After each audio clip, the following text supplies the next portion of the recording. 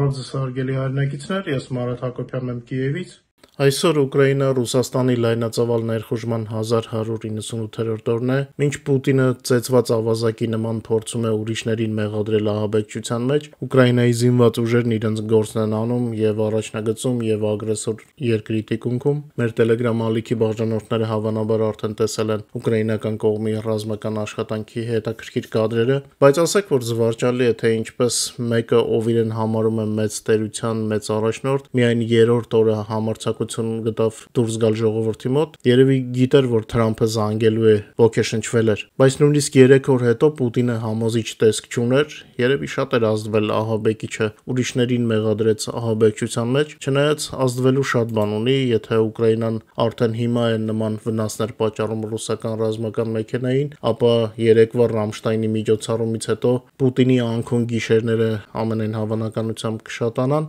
ասեմ, որ անալիտիկա ալիքում մանրամասն ներկայացրել եմ այսօրվա եթերում այն ամենը, ինչը ծառայելու է ռուսական ռազմական ուժերի ոչնչացմանը, անպայման դիտեք, մեծ բավականություն կստանաք։ Գերմանիայի պաշտպանության նախարար Բորիս Պիստորիուսը անդրադարձել է Ուկրաինայի նոր հեռահար հնարավորություններին, հայտարարելով, որ Ուկրաինայի զինված ուժերը շուտով նոր հրթիռներ կստանան։ Ուկրաինայի զինված ուժերի զինծառայողները շուտով կարող են ստանալ Ուկրաինայում արտադրված հեռահար զենք, ասել է գերմանացի նախարարը։ Դրանց արտադրությունը ֆինանսավորվել է Գերմանիայի կողմից։ Այս մասին մեր եթերում բազմիցս արդեն խոսել ենք։ Այն դեպքում, երբ Ռուսաստանը օրեցօր կորցնում է իր հրթիռների պաշարները, Ուկրաինան նոր հրթիռների տեսականի է արտադրում, միջին եւ հեռահար, որոնց համը անպայման կզգան ռուսները, եթե պատերազմը արագ չդադարեցնեն։ Եվս մեկ վատ մեսիջ Պուտինին, ֆրանսիական Mirage 2000 կործանիչների պարեկային խումբը ցուցադրական թռիչք է կատարել Սևծովի վրայով, այս մասին նախորդին հայտնել էր Ուկրաինայի ռազմաօդային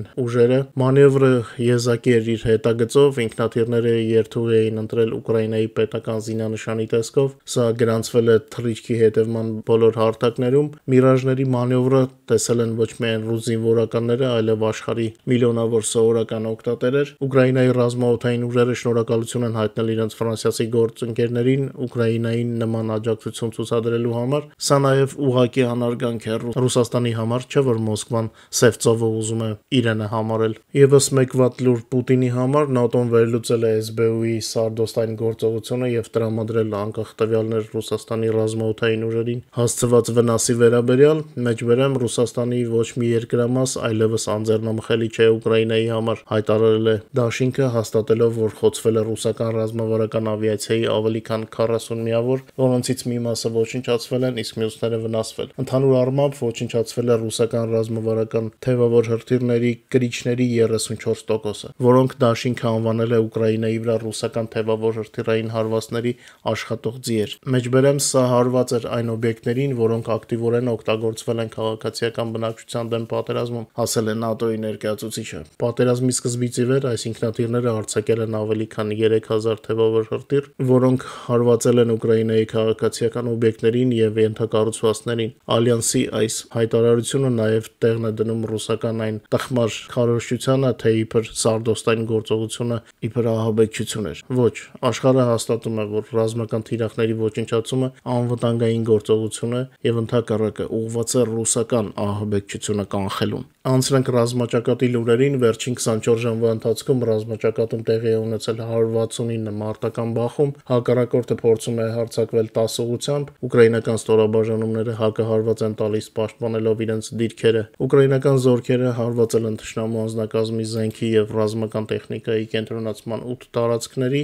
Ուկրաինայի պաշտպանության ուժերը շարունակում են նաեւ իրենց գործողությունը Կուրսկի ուղղությամբ։ Վերջին 24 ժամվա ընթացքում այս ուղղությամբ տեղի է ունեցել 31 զինված բախում։ Վերջին 24 ժամվա ընթացքում ռուսները Ուկրաինայի դեմ մարտերում կորցրել են 930 զինվոր։ Ուկրաինայի զինված ուժերը նաև ոչնչացրել են թշնամու 200-ից ավել միավոր զինտեխնիկա եւ սպառազինություն։ 22 թվականի փետրվարից մինչ այսօր թշնամու ընդհանուր մարտական կորուստները կազմում են արդեն 992750 զավթիչ։ Հունիսի 5-ի գիշերը Ռուսաստանի զինված ուժերը հարձակվել են Ուկրաինայի վրա կիրառելով 103 տարբեր տեսակի անօդաչու թռչող սարքեր եւ Իսկանդեր MKN-23 տեսակի բալիստիկ հրթիռ։ Ուկրաինայի օդային ուժերի տվյալներով հակաօդային պաշտպանությունը հաջողությամբ խոցել է 74 շահեդ տեսակի դրոն, հիմնականում երկրի արևելքում, հարավում եւ հյուսիսում։ Բացի այդ, գրանցվել է թշնամու հարվածներ 16 գետերում։ Հրթիռային հարվածներ են հասցվել Խարկովին եւ Չեռնիգովի մարզին, գիշերը ռուսական ուժերը հրթիռով եւ անօդաչուներով հարձակվել են Խարկովի վրա, հարվածի հետևանքով բազմաբնակարան շենքում հրդեհ է բռնկվել։ Վերջին տվյալներով վիրավորվել է 19 մարդ, այդ թվում 4 երեխա։ Ավելի ողբերգական հետևանքներ են արձանագրվել Չեռնիգովի մարզի Պրիլուկի քաղաքում։ Դրոնային հարվածի հետևանքով զոհվել է 5 մարդ, այդ թվում Հրշեջ ծառայության պետի ընտանիքը, նրա կինը, դուստրը, ով ծառայում էր որպես բարեկ ոստիկան, եւ նրա մեկամյա թոռնիկը։ Չեն դադարում նաեւ Ռուսաստանի հարձակումները Ուկրաինայի սահմանամերձ խաղաղ բնակավայրերի վրա, հարված է հասցվել Խերսոնին, երևի ինչ-որ սիմվոլիկ հարված էին ուզում, մարզկենտրոնի վարչական շենքին են հարվածել, դա ինչ-որ կերպ ռուսական իմպոտենտ զինուժը փորձում է պատասխան նկարել, իր բնակչության համար, չէ՞ որ նրանք պատասխան հարված էին պահանջում, երբ մարզկենտրոնի վարչական շենքին են հարվածում, սա Ռուսաստանը հանգիստ կարող է ներկայացնել որպես պատասխան, իրենց ժողովրդի համար դա նորմալ է համարվում, երբ ռազմական թիրախների խոցմանը, ասենք, իրենք պատասխանում են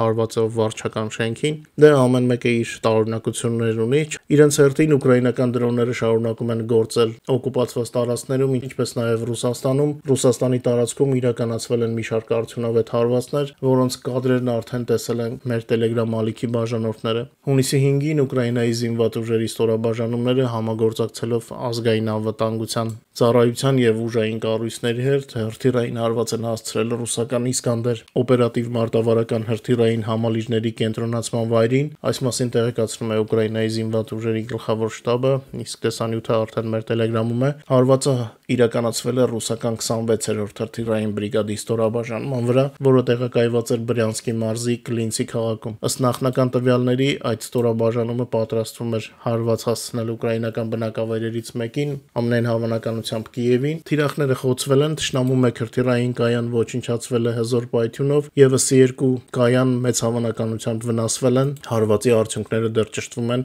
սակայն վնասը գնահատվում է էական։ Այսպիսով ուկրաինական ուժերը շարունակում են կանխել ռուսական հարձակողական հնարավորությունները, կանխելով հարվածները խաղաղ բնակչության դեմ, ինչպես արդեն առիթ ունեցել եմ ասել, Ռուսաստանի սահմանամերձ շրջանները, մարզերը գնալով ավելի շատ են վերածում պատերազմական թատերաբեմի, որովհետև քրակակետերը խոցվում են նաև այդ տարածքներում, օրինակ Բրյանսկի մարզում, բացի ռեյդերից ուկրաինական զորքեր հիմնականում չկան, բայց Բրյանսկի մարզում կան խոցումներ, որովհետև տարածքը ակտիվ օգտագործվում է ռուսական հարձակումների համար։ Նույնը կարելի է ասել նաև այլ սահմանամերձ մարզերի մասին ռուսական, որտեղից Ռուսաստանը փորձում է ինչ-որ բան արձակել, ուկրաինական կողմը այդ կրակակետերը մարում է։ Այսինքն պատերազմը ոչ միայն Ուկրաինայի տարածքում է, այլ նաև Ռուսաստանի։ Նաև Վորոնեժի մարզում հունիսի 5-ի առավոտյան պայթյուն է տեղի ունեցել երկաթուղային գծերի վրա։ Դե գիտեք, երկաթուղին ռուսական բանակը օգտագործում է բեռներ տեղափոխելու համար դեպի ռազմաճակատ, այդ իսկ պատճառով երկաթուղին դարձել է թիրախ ուկրաինական ուժերի համար, ինչպես եւ ցանկացած օբյեկտ, որը ներառվել է պուտինյան ագրեսիայի մեջ, եւ ինչ էլ խոսի Պուտինը, ինչ էլ փորձի իբր ահաբեկչություն ներկայացնել, ոչ, սա պաշտպանություն է եւ Ռուսաստանի տարածքում թիրախները խոցվելու են։ Ուկրաինայի բնակչությունը շարունակում է պայքարել անվտանգության եւ կյանքի իրավունքի համար վտանգավոր պայմաններում։ Այսօրվա հաղորդման համար այսքանը, շատ շնորհակալ եմ ձեր օգնության, լայքերի, հեռարձակումների տարածման եւ ալիքին բաժանորդագրվելու համար։ Հատկապես խնդրում եմ չմոռանալ բաժանորդագրվել նոր ալիքին, ինչպես արդեն ասացի, երկու ալիքներն էլ կաշխատեն զուգահեռ։ Ձեզ մաղթում եմ լավ երեկո, կհանդիպենք։